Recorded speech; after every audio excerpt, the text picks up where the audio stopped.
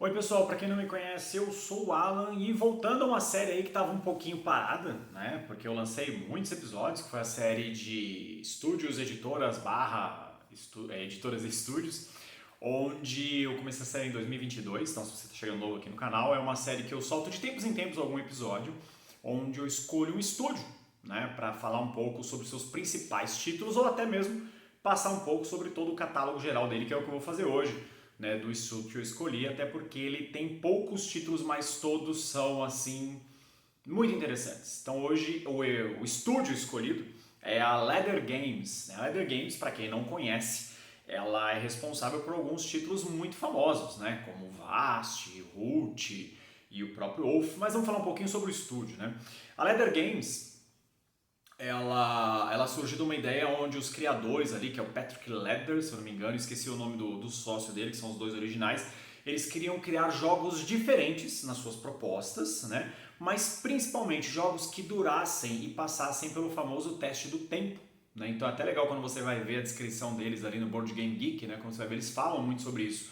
Então os jogos deles são muito focados em promover uma das coisas que eu mais amo em jogo de tabuleiro, que é a experiência lúdica, de fato. Então, quando você pega qualquer título, e é qualquer título desse estúdio, não tem como você não interagir com as pessoas. Então, a gente sabe que diversos jogos, eles priorizam muito a estratégia, né? O brain burning ali, né? Você ficar queimando a mufa ali, o AP e tal. Isso não é um problema, né? Não é um demérito. Então, aqueles solo games, né, que a gente fala, que são os euros, onde cada um está jogando solo e você não vê as pessoas interagindo muito, e muitas pessoas veem isso como um problema de fato. Eu sou um desses, né? Não é que eu não gosto desse tipo de jogo, mas eu acho que quando um jogo você coloca um jogo de tabuleiro na mesa, a principal coisa que você quer intrinsecamente é interagir com quem está do seu lado, né? Você ter bons momentos, mas principalmente ter boas lembranças. E eu acho que esse estúdio faz isso de uma forma maravilhosa. Então fala um pouco em ordem cronológica mesmo como os jogos foram saindo, tá aí a minha percepção de cada um deles. O primeiro que eu vou falar é justamente o primeiro trabalho deles, que é o Vast, As Cavernas de Cristal. Ele tem até uma segunda versão dele, que é o Vast, The Mystery Manor, se eu não me engano, tá bom? E esse aqui eu vou gravar um review dele um dia. O Vast é um jogo que saiu aqui no Brasil há alguns anos já. Hoje ele se encontra esgotado, né? Então se você tem uma cópia aí, considere sortudo. O Vast, ele é um jogo do David Somerville e o Patrick Ledger, né? E ele é ilustrado pelo Kyle Ferrin, né? O Kyle Ferrin, antes de eu falar sobre o Vast, ele é a alma da Leather Games. Assim, a maioria das pessoas que eu conheço que se envolveram com jogos dessa editora, o primeiro approaching, né, a primeira aproximação foi por conta da arte. E não tem como falar que a arte dele é espetacular. Hoje eu acho ele um dos meus favoritos, assim, de longe, artistas de board game, né? Clemens Franz, vá pro inferno. Enfim, o Vast, ele é um jogo assimétrico, né? E tem até aqui uma opinião aqui, né? Ele tem um Seal of Excellence da Star. Pra mim não significa muita coisa, sendo sincero, tá? Eu já peguei jogos que tem esse selo e o jogo era muito qualquer nota, mas esse aqui em especial tem um comentário do Tom Vessel que eu concordo muito aqui, ó. Eu gosto do jogo por conta da originalidade, me agrada o quão diferente ele é. Definitivamente um jogo que manteria em minha coleção, né? Então ele coloca aqui. Jogos assimétricos, eles estão muito na moda de uns tempos pra cá, né? Se é que pode se falar dessa forma.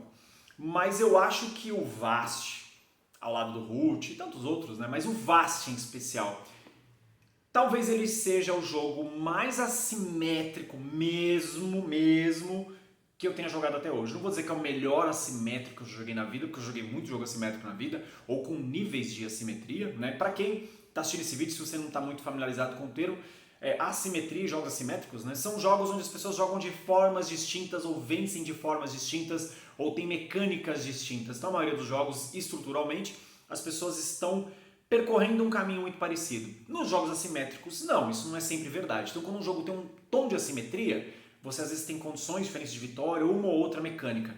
Mas e quando você tem um jogo que são mecânicas distintas, onde você tem literalmente 5 jogos dentro de um jogo? Eu não vou falar muito aqui, né, sobre isso porque eu quero gravar o review do Vast. Isso aqui quis muito gravar ele na época, quando ele saiu no DOF de 2019, se eu não me engano.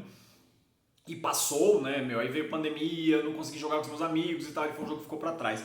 Mas o Vast é isso, você vai ter 5 personagens, né, que você vai ter a cavaleira, que quer matar o dragão, você tem o dragão, que quer fugir da caverna, você tem os goblins que querem matar a cavaleira, você tem a caverna, exatamente, você joga como uma caverna nesse jogo, que quer matar todo mundo, e você tem o ladrão que tá ali meio à toa. O único aspecto que eu não gosto muito no ladrão é que eu acho que ele tá ali meio à toa, assim, sabe? Tipo, ele fica vagando pelo jogo, eu acho que colocaram ele pra ser um jogo pra 5 jogadores, mas pra mim o Vast essencialmente é um jogo de 4 jogadores, tá bom? Perfeito, esse jogo assim, eu considero esse jogo 10/10, mas eu acho que ele tem o mesmo problema de grandes jogos como Mage Knight, por exemplo. Não é pra todo mundo e talvez não seja pra você que tá vendo esse vídeo. No dia que eu falar sobre ele eu entro mais nesse detalhe. Após passar o Vast, né, depois veio o Mystery Manor, que é a mesma ideia do Vast, né, uma simetria plena, só que ao invés de ser uma caverna, você está numa mansão mal assombrada, e o tema também é muito legal, mas eu gosto mais desse. A gente foi presenteado pelo Root, né? O Root tem review aqui no canal, vou deixar nos cards aqui no final. E o Root, ele é aqui, né, um jogo do Collie World e arte do Kyle Ferrin. O Root já tem tudo, tá aqui, ó, atrás de mim aqui, inclusive tá as miniaturazinhas, aquelas miniaturas 3D aqui, tá vendo, ó? As miniaturas do base de algumas expansões. Hoje em dia, quando eu gravei o Root na época, eu tinha jogado ele poucas vezes, meu review de 2018, se não me engano, foi logo quando ele saiu. E acho que eu falei da expansão Ribeirinhos também, na mesma oportunidade. Eu recordo vagamente do vídeo, preciso rever. Eu não tenho hábito de rever meus vídeos.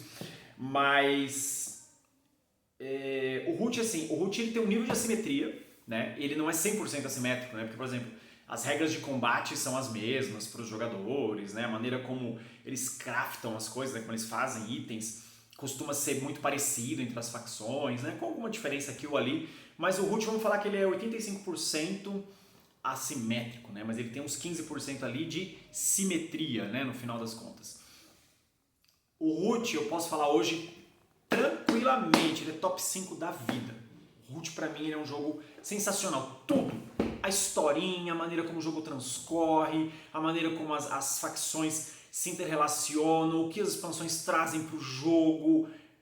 É maravilhoso, o Root é maravilhoso. E o Root tem uma porrada de expansão, estão todas aqui. Não vou falar sobre elas, né, porque eu acho que é muita coisa, né, e hoje em dia também não é mais o foco do canal, mas assim, o Root pra mim, se vocês vivem querendo saber os top 5, top 10, top não sei o que, Root pra mim é top 5 geral, independente do tipo de jogo.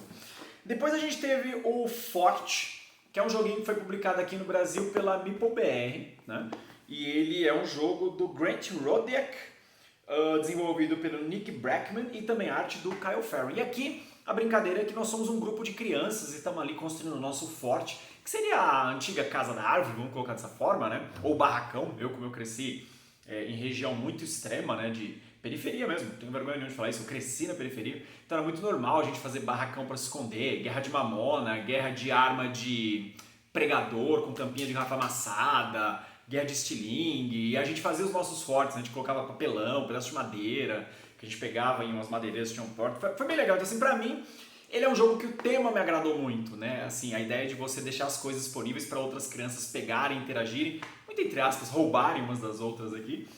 Mas o Forte ele é um deck building bem simples. Então, pra quem gosta de deck building, ele é um jogo bacana. Como jogo de deck building, ele é um jogo bem qualquer nota, tá? Sendo muito sincero. Não acho que ele é um jogo ruim, o tema é muito legal, mas eu acho que ele não entrega o que ele promete, tá bom? Mas é um jogo divertido, tanto que eu tenho ele aqui, gosto de jogar ele de vez em quando. E aí, agora chegando no grande título, né, da Leder Games, esse aqui é grande mesmo, que é o Oath, Crônicas de Império e Exílio. Ó, esse é difícil até de falar. Até de mostrar, né? Ele é um jogo do Collie World e ele tem arte do Kyle Ferrin mais uma vez. Esse aqui eu não tive oportunidade de jogar ainda, tá bom? Já vi alguns gameplays e todo o manual, tá na fila, né? Esse é o tipo de jogo, igual o Root, tem que ter a mesa certa para jogar, né? Então a ideia lá do Patriarca, do Monarca, que você tá querendo trazer as pessoas para você, os outros estão querendo te depor, aí tem gente que vai se aliar, tem gente que vai conspirar. Mas assim, principalmente, esse jogo eu fiquei apaixonado por ele desde o primeiro momento, porque a ideia dele é exatamente aquilo que eu falei lá no começo do vídeo, a experiência lúdica, a ludicidade plena. E tudo que eu vi desse jogo me fez ficar encantadíssimo com ele. Então, eu gosto muito dos jogos da Leder Games por isso, porque eles trazem o fator lúdico para mesa, você é obrigado a interagir com as pessoas. Você é obrigado a entrar na história do jogo, você é obrigado a fazer o jogo ser construído. E o Cole, ele é um cara que ele tem muito isso, né? No Pax Pamir, que tá aqui, ó, ele faz isso também. no John Company ele também faz isso. Qual mais? Tem um outro jogo dele também que me falhou o nome agora. Então assim, ele os jogos da Leather, né, mas falando do Cole especialmente, ele é um cara que ele quer contar uma história, mas ele quer que você ajude a construir essa história. Então os jogos dele são muito são jogos narrativistas, mas aquela narrativa compartilhada, que é um movimento muito recente, né, dos RPGs de mesa, né, de uns tempos pra cá, como o Seventh Sea, o próprio Blood and Honor, Mouse Guard e tantos outros. Então é muito legal, eu não sei se o Cole é um jogador de RPG, mas a impressão que eu tenho é que ele como ele faz isso? Colocar a ludicidade ao aliado a uma narrativa soberba nos seus títulos, tá bom? E aí também agora, né, tá saindo lá fora o Ahoy, que é um jogo de assimetria leve, né, onde as pessoas são meio piratas swashbucklers ali, né, que é o famoso Errol Flynn, aqueles filmes mais antigos, ou Piratas do Caribe para os mais jovens. E ano que vem vai sair o Arx, né, que a proposta dele é contar uma space opera no jogo. Vamos ver o que ele entrega, né? Então, assim, a Leather Games é um título, aliás, um estúdio para você que está assistindo esse vídeo sempre ficar de olho, porque eles costumam entregar experiências muito boas. Críticas, comentários, sugestões sempre bem-vindos e até qualquer momento aí onde eu gravo mais uma vez sobre estúdios e editoras. Tchau, tchau, pessoal!